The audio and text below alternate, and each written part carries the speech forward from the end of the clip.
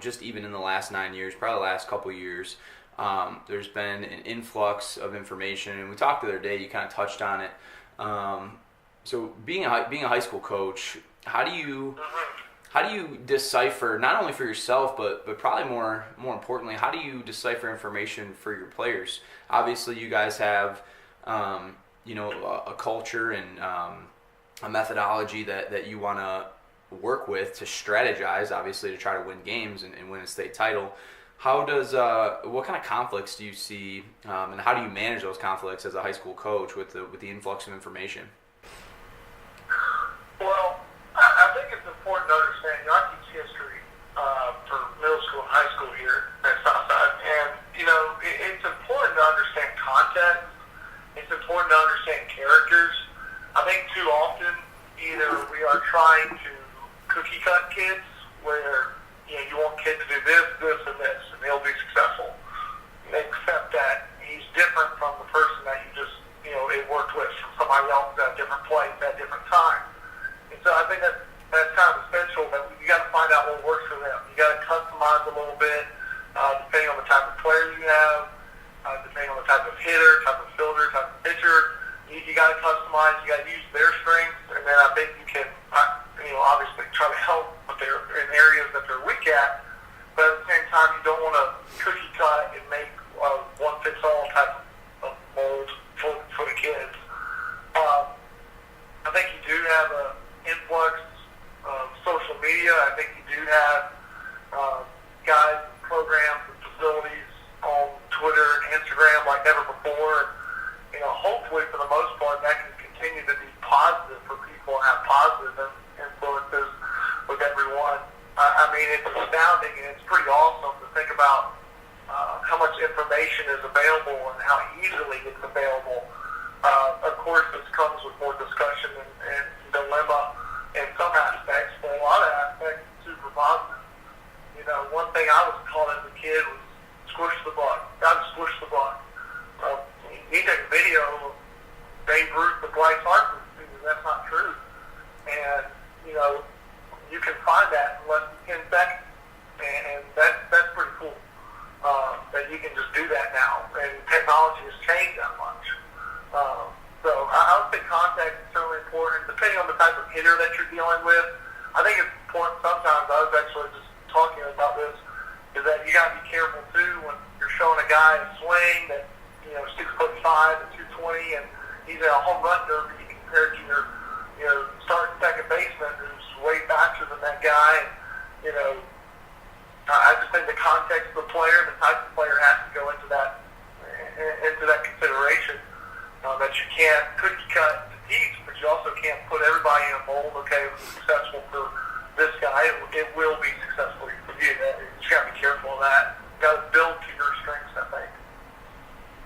Yeah, absolutely. I definitely agree. How do you diagnose at the high school level kind of the different molds outside of just size and speed maybe, but do you guys have time at the high school level to kind of get deeper with players and talk more about context in relation to most guys call it hitting mechanics. We call it we want movement patterns, but just for sake of argument, hitting mechanics. Do you have time to kind of build context with Well, yeah, I mean, what's nice about us is that we go through.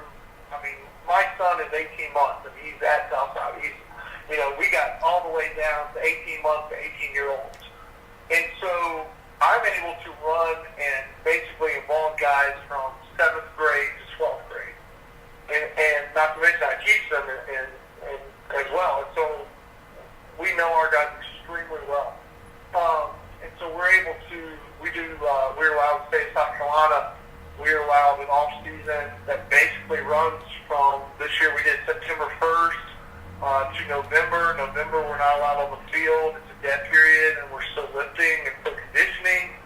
And, I mean, we can practically do that, the condition and lift, all the way to tryouts. And so you get to have days of conversation. And this year we did 3 days a week. And that started off basically every day we had 30 minutes where we're discussing mentality, philosophy,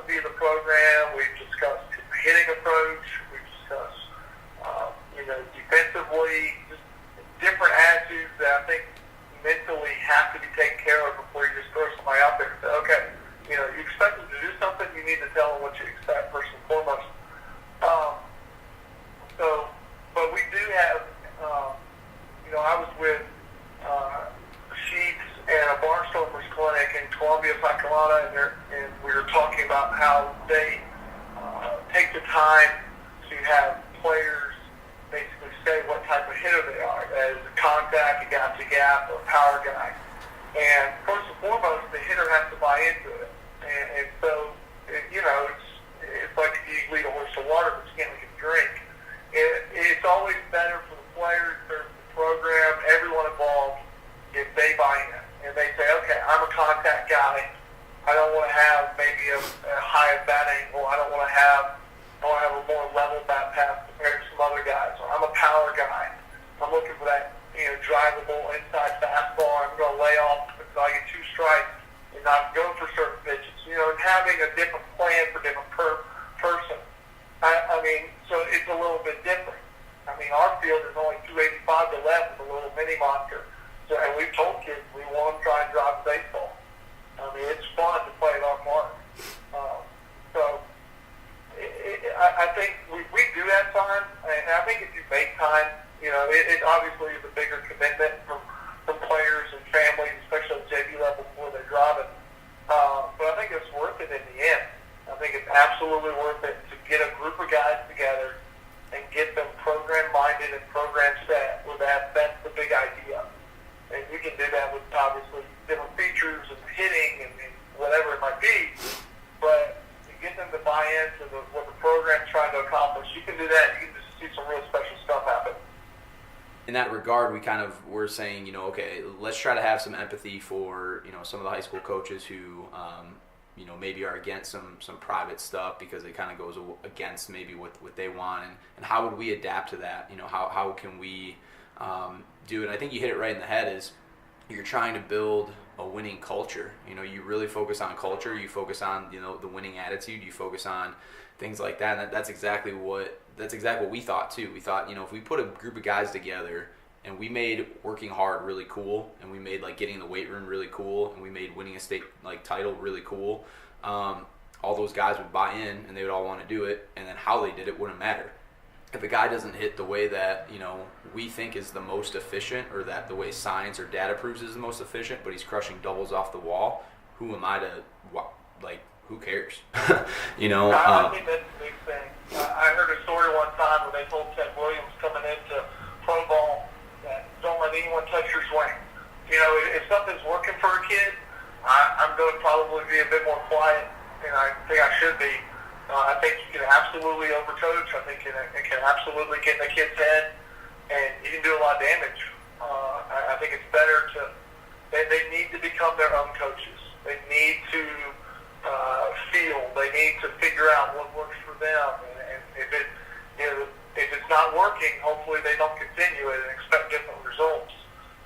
But they need to, figure out, like you said, develop that culture, develop habits for people. I think that's a key thing. How do you adapt to helping them develop for college, as well as create that competitive spirit that wants to win a state championship? Well, for us, it's a little different. Southside Christian, we're a private school, we're a religious school, obviously, and I think, for the religious person, especially a Christian, Colossians 3:23, you're called to not to work for men, but in order to work for God. If you look at the Apostle Paul, he says, run the race in order to win. I think Paul would be a fan of athletes, absolutely. Because here's the thing, if you can create competition, if you can create a desire for excellence on the baseball field, but also create it in the classroom, create it for all things, you're going to be successful.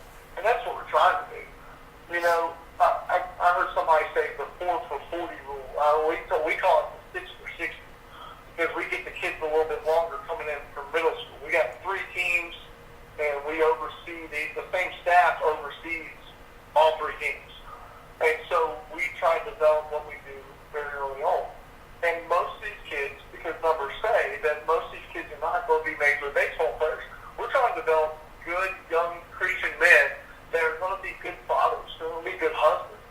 And, I think that's the most important thing, that they consider and they can be motivated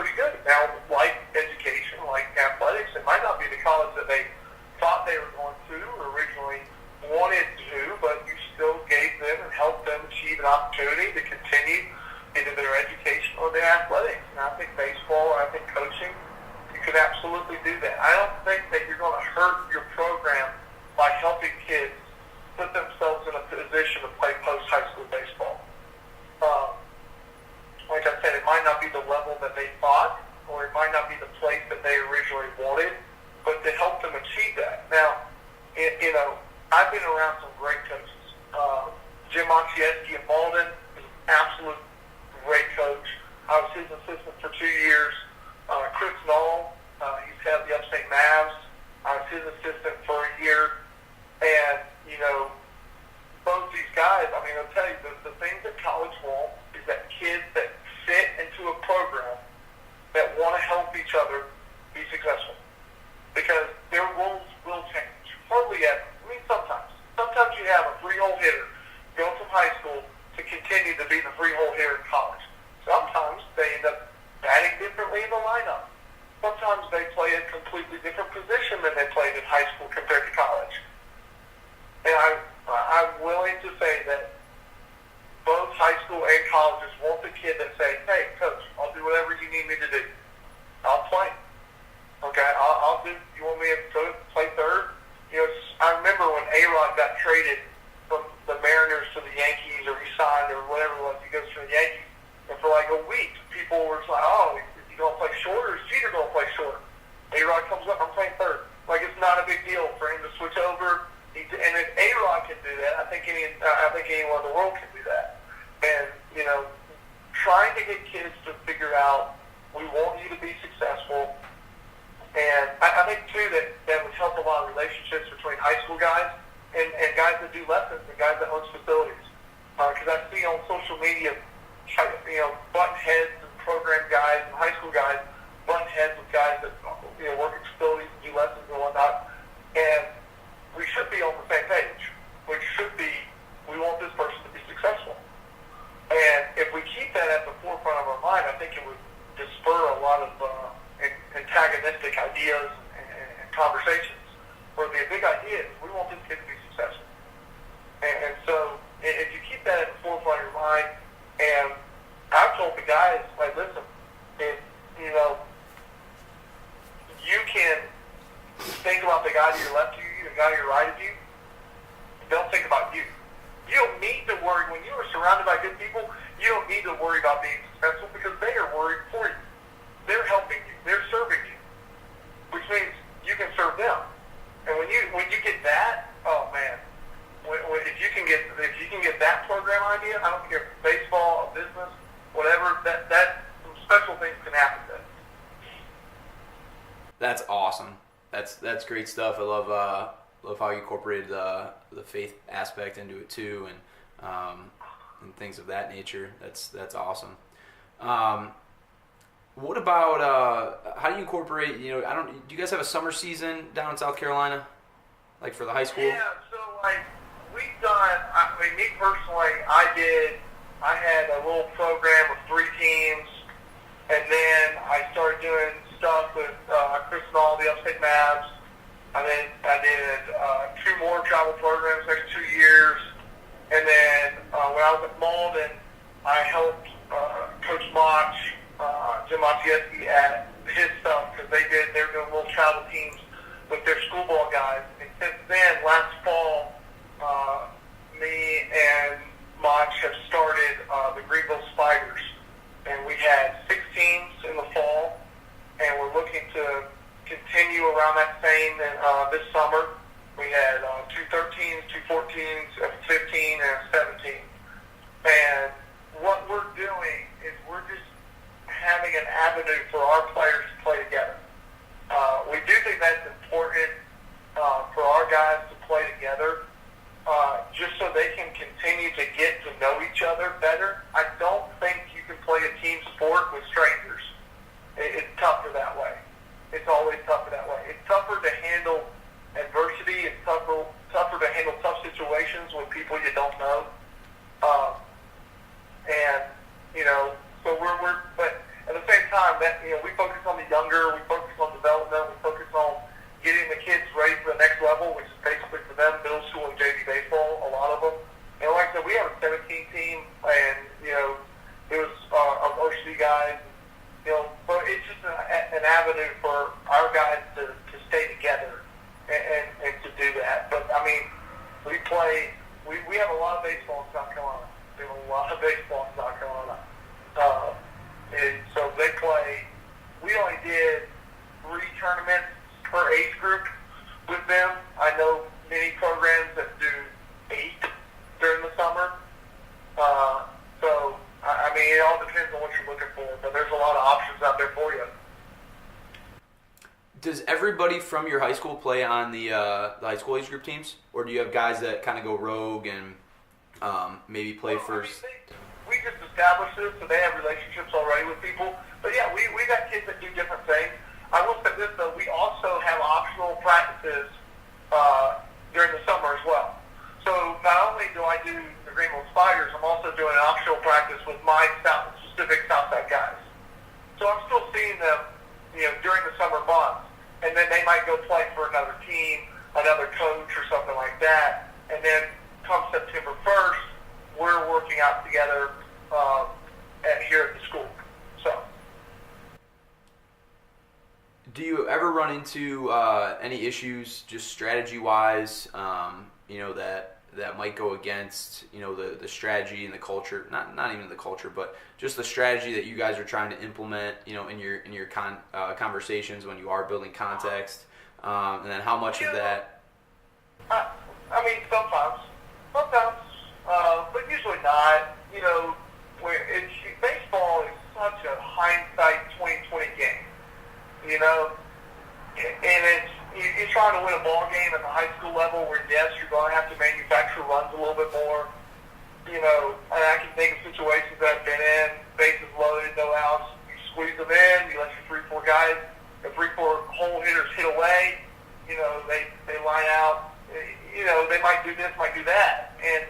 But baseball's such a hindsight where people use, what they know what happened, to go back and to say, oh, that was a good decision or that was a bad decision. I've tried really to take a step back because guys giving lessons, social media, there are so many things available to kids these days as far as trying to get better.